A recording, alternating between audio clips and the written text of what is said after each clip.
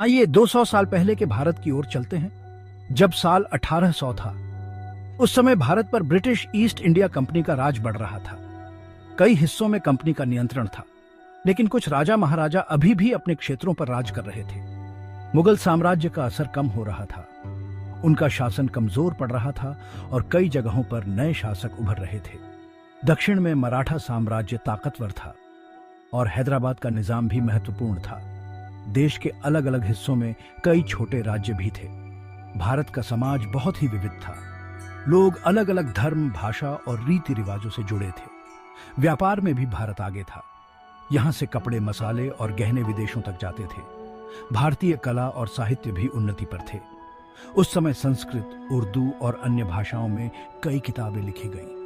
तो 1800 का भारत कई बदलावों से गुजर रहा था और ये वही समय था जब भारत आधुनिकता की ओर बढ़ रहा था।